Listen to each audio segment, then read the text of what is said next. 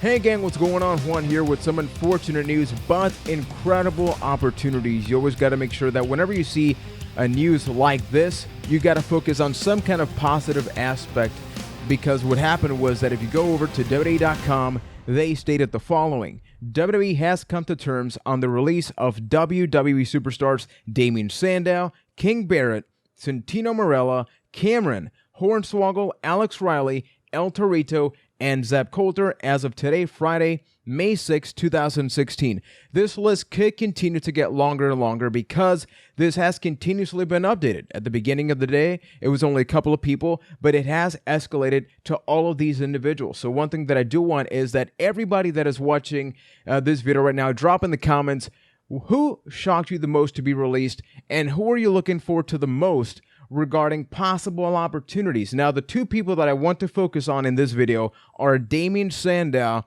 and King Barrett. Now, King Barrett, actually, after this came out, sent out a tweet with the following information. After almost 9 years today, so my final day with WWE. I made a decision back in August last year not to resign once my current contract expired in June 2016. I've now reached an agreement with management to dissolve the contract a few weeks early. Thank you to everyone who has supported me over the years, especially the guys I've shared a ring and locker room with. I will miss them tremendously. As planned, I am now taking a well-earned break from wrestling in order to expand my horizons, but I'll be back in the ring when the time is right.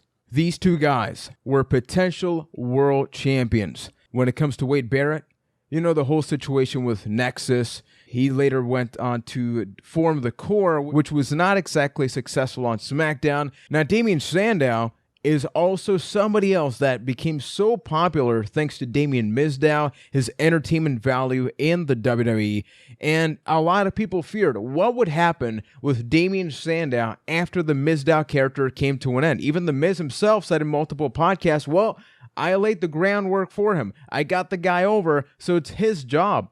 But the fact of the matter is, we got one promo on Raw where it seemed like he was finally going to develop into a more serious character. But what happened afterwards is that he started mimicking and copying again. He was taken off TV, and just recently we started seeing him on Raw again wearing the pink tights like the savior of the masses. So it's really unfortunate. But as I mentioned at the very beginning, you got to look at the positives. You look at the NXT roster, and you have guys like Eric Young. You have guys like Bobby Roode, who's supposed to also be in the company, Samoa Joe. These guys weren't made in WWE. They were made elsewhere. And I think that these two individuals in particular can have a route similar to EC3, a.k.a. Derek Bateman, when he was in NXT.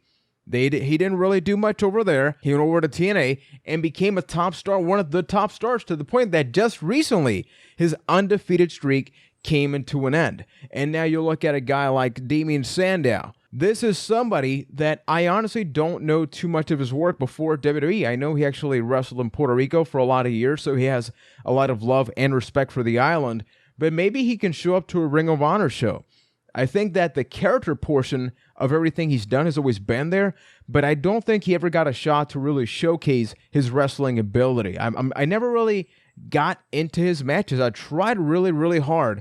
And the same thing can be said with Wade Barrett. I think the Wasteland was honestly a terrible finisher, just a fireman's carry, and dropping the guy. When you have John Cena doing the attitude adjustment, and when you have things like the Death Valley Drivers and the TKOs, that move seemed really pale in comparison, and when he finally switched over to his elbow, I just didn't care for it, because wrestling, yes, hypothetically, that is a very devastating maneuver, but I think you got to do something that will make people go, wow, you are a superstar.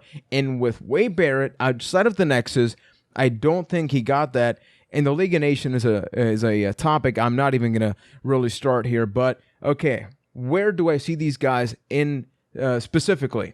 With Damien Sandow, Ring of Honor has to be an option, right? Or maybe even TNA, but I'm not going to get to that too much either, because TNA apparently has a whole set of different financial situations. There's a thing with Eric Young and Bobby Roode that they apparently were owed a lot of money, and that's why they made their switch to the WWE. You know, Alex Riley is also a really odd option here.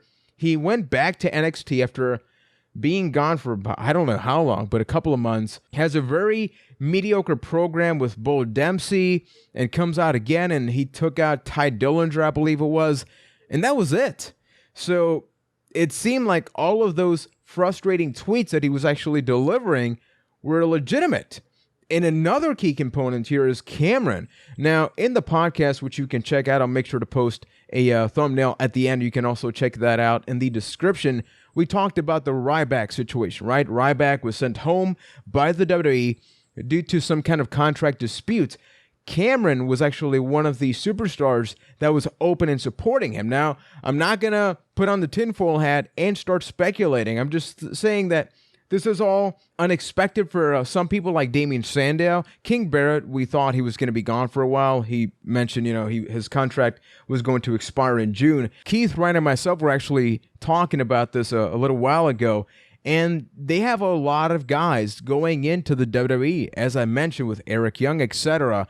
And maybe they are honestly just cleaning up the roster a little bit in preparation for this hashtag new era, which I am personally looking forward to. So once again, hit me up with your speculation, your guess as to what is next for all of these people. Wade Barrett, he's going to pursue some kind of acting career. I have no doubt about that. Maybe somebody's going to show up at Lucha Underground. Lucha Underground is something that I love. I haven't watched too much lately, but that is another viable option for them, especially if they really want to try and have that great mix of acting and just like different type of atmosphere when it comes to the wrestling world. That can also be really good. So everybody, if you like this video, make sure to like, subscribe, join the family. We do have our podcast available every single Tuesday, and if something else comes out of this, we will make sure to talk about it next Tuesday. Now, if you are interested in checking out more stuff, as I mentioned, check out the podcast. That on screen is Ryback. Is he done